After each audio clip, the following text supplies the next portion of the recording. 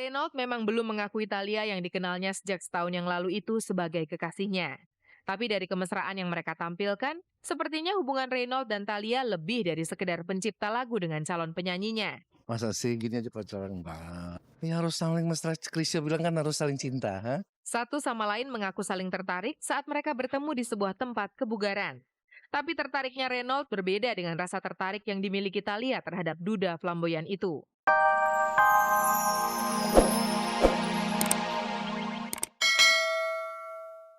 Rencana pernikahan Nia Zulkarnain dengan kekasihnya Ari Sihasale yang kabarnya akan dilangsungkan pertengahan tahun depan membuat Mieke Wijaya sang ibu menjadi incaran wartawan. Kenapa? Kabarnya Mieke Wijaya sempat menentang hubungan asmara anaknya itu karena masalah perbedaan keyakinan. Soal restu ibunda inilah yang kabarnya juga menjadi salah satu kendala bagi Nia dan Ale untuk menuju pernikahan. Gimana ya? Mestinya nggak keberatan, mestinya karena apa ya, mereka cocok kok gitu. Tapi ya kalau tuh ada masalah, hanya masalah prinsip agama masing-masing ya, karena hal itu kan sensitif banget ya buat semua pihak gitu. Itu aja masalahnya. Menurutnya, ia tidak pernah menentang pria pilihan putrinya itu. Memang masalah perbedaan keyakinan sempat menjadi ganjalan tidak hanya buat Mieke tapi juga buat Nia dan Ale yang berniat melanjutkan kisah asmara mereka ke jenjang yang lebih serius. Tapi ia mengaku tidak mau meributkan persoalan yang dianggapnya sensitif itu. Saya tuh segan juga memberi komentar, namanya masih masih proses gitu. Baik saya maupun anak-anak itu bilang mereka masih proses juga, masih cari jalan yang keluarnya gimana. Tapi kita tidak saling memaksakan begitu. Tapi ya sampai saat ini kita baik-baik. Kan jodoh rezeki maut kan di tangan Allah ya. Kita nggak tahu, saya juga nggak tahu, yang tahu Allah. Sebagai seorang ibu, ia hanya bisa mendoakan yang terbaik, apapun yang nanti akan menjadi keputusan Nia dan Ale. Saya berharap ada jalan keluar yang baik lah gitu, yang juga direstui Allah, yang penting kan begitu. Pemirsa, seorang duda beranak satu Reynolds Pangabean tidak betah berlama-lama untuk hidup menyendiri. Walaupun belum ada tanda-tanda untuk menikah lagi, namun saat ini ia sudah mempunyai gandengan baru bernama Thalia. Nama Reynolds Panggabean kembali muncul ke permukaan saat proses perceraiannya dengan Anna Tairas terungkap. Perceraian yang sempat diwarnai percekcokan soal hak perwalian anak itu berakhir. Dan berakhir pula penampilan mantan suami Camelia Malik itu di layar kaca. Sejak saat itulah penyanyi dan pencipta lagu ini sepertinya ditelan bumi. Baru pada konser penyanyi legendaris Chrisye beberapa waktu lalu, ayah seorang putra bernama Kevin ini kembali muncul bersama seorang wanita cantik di sisinya. Namanya Thalia. Wanita inilah yang menemani kesendirian Reynolds sejak ia resmi menyandang status duda. Ini penyanyi saya. Nah, ini saya mau coba tampilkan nanti di karya-karya saya yang akan datang. Jadi sekarang kita lagi persiapkan aja. Reynolds memang belum mengakui Thalia yang dikenalnya sejak setahun yang lalu itu sebagai kekasihnya. Tapi dari kemesraan yang mereka tampilkan, sepertinya hubungan Reynolds dan Thalia lebih dari sekedar pencipta lagu dengan calon penyanyinya. Masa sih gini aja pacaran, Mbak? Ya harus saling mesra, Krisya bilang kan harus saling cinta, ha? Satu sama lain mengaku saling tertarik saat mereka bertemu di sebuah tempat kebugaran. Tapi tertariknya Reynolds berbeda dengan rasa tertarik yang dimiliki Thalia terhadap duda flamboyan itu. Oh cantik lah, cantik dong. Dia pinter nyanyi. Terus pinter nyanyi. Ya saya kan senang musik. Ya gimana kita bisa satu saat mungkin bisa kita tampilkan. Orang aku cuman pengen nyanyi aja karena Mas Reynolds kan udah udah lama gitu loh di bidang rekaman, jadi aku pengen coba aja. Nggak ada rasa tertarik sama sekali. Apapun jenis hubungan mereka saat ini, yang pasti ada jalinan yang cukup serius di antara keduanya. Sampai-sampai Reynolds mau mengenalkan Thalia kepada anak sematawayangnya. Pernah ketemu. Komentar gitu. Oh dia komentar apa, orang papanya mau nyanyi-nyanyi kok.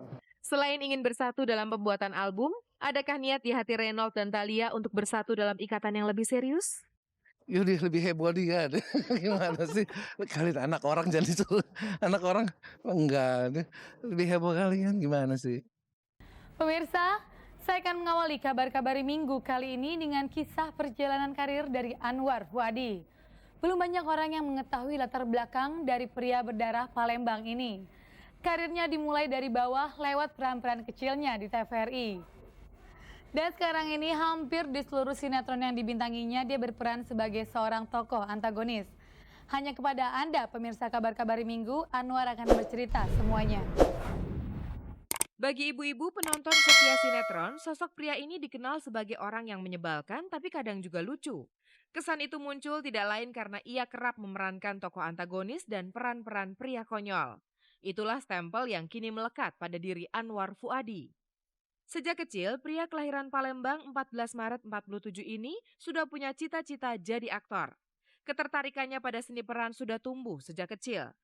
Penyebabnya karena sejak SD ia sering menyaksikan akting P. Ramlee, aktor Malaysia yang filmnya sering diputar di bioskop-bioskop yang ada di Palembang.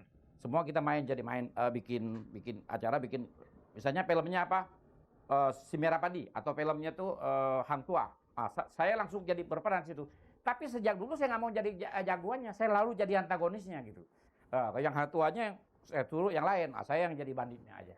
Dari kecil saya udah senang sekali peran antagonis gitu. Pada tahun 66 ia merantau ke Jakarta untuk kuliah di Akademi Teater dan Film. Saya merantau dari Palembang itu dengan modal nekat aja. Nggak punya apa-apa, tidak punya siapa-siapa. Jadi modal pun celana cuma 1 biji, baju cuma 2 potong. Sangat nekat. Waktu di kereta api itu saya menangis. Menangis saya di kereta api. Menangis karena takut. Di sebelah saya ada orang tua, laki-laki tua. Dia bilang, kenapa? Nak, kamu kok nangis? Oh enggak, saya bilang, saya teringat dengan ibu saya. Padahal bukan. Saya udah melepaskan diri dari apa yang merupakan ikatan karena saya merantau, ingin berhasil menjadi someone gitu.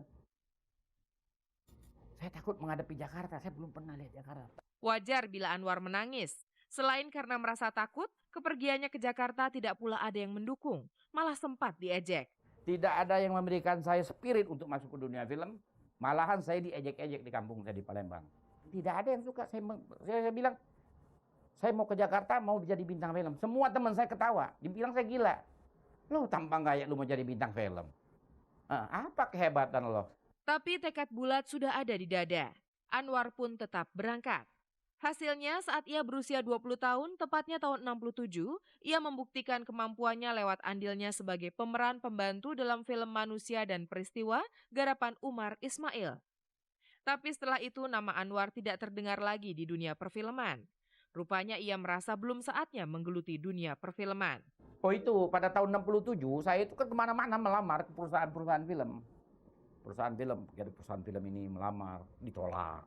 Enggak ya, melamar ke sini. Saya waktu itu ada waktu itu ada 3 perusahaan film bergabung menjadi satu, namanya PIP, Persari Ibdil Pervini. Saya datang pada waktu itu, saya lihat Rahmat Kautolo lagi mau berangkat syuting tuh. Judulnya Menyusuri Jejak Berdarah, saya ingat. Peran utamanya Rahmat Kautolo dengan Nani Wijaya. Saya melamar di situ, ditolak. Melamar lagi ditolak. Jadi saya pernah melamar di satu perusahaan, kalau nggak salah Rapi Film ya. Jadi saya udah datang situ, saya udah daftar, mau ketemu dengan produser. Udah begitu saya udah daftar, begitu saya mau buka pintu, begitu saya lihat tahun 67 ini, itu melihat pintu, Diki Zulkarnain lagi duduk begini dia, lagi merokok begini. Saya tutup lagi pintunya. Mental saya udah takut nih. Wah, ini bintang besar ada. Kalau mau ngelamar di depan dia nggak berani. Saya tutup pintunya, saya pulang lagi. Itu yang karyawan depan nanya, kok nggak jadi, bilang ada urusan lain tadi. Akhirnya pada tahun 69, Anwar kembali ke kota asalnya Palembang untuk bekerja di sebuah perusahaan ekspor-impor milik pemerintah daerah Sumatera Selatan. Tahun 66-67 tuh kayaknya nggak ada peluang untuk orang-orang film gitu. Bapak saya lihat juga bintang-bintang besar pada waktu itu ada yang jadi supir taksi, ada yang nganggur. Wah, saya bilang ini tokoh-tokoh besar aja, aktor-aktor besar pada nganggur. Ini gimana kalau saya yang masih kroco kayak begini? Wah, berat. Nanti saya akan kembali lagi, jadi istilahnya hijrah dulu, bukan saya ini, jadi saya mundur untuk berperang lagi gitu. Nah, jadi saya mundur, saya kembali lagi ke Palembang. Pada tahun 71, di saat usianya genap 20 tahun, ia menikah dengan Farida. Sambil bekerja, Anwar kembali ikut kursus bahasa Inggris dan setelah lulus pada tahun 73, ia diangkat menjadi staf pengajar di 2 lembaga pendidikan bahasa. Nah, itu antara lain banyak sekali murid-murid saya sekarang udah pada jadi orang ya. Antara lain ada Helmi Yahya, ada Tantowi Yahya, ada lagi yang sekarang ada yang udah jadi kolonel, ada yang udah jadi segala macam. Alhamdulillah.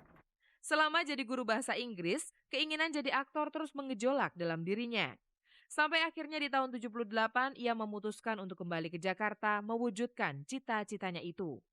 Tapi setiba di Jakarta, ia tidak langsung terjun ke dunia film.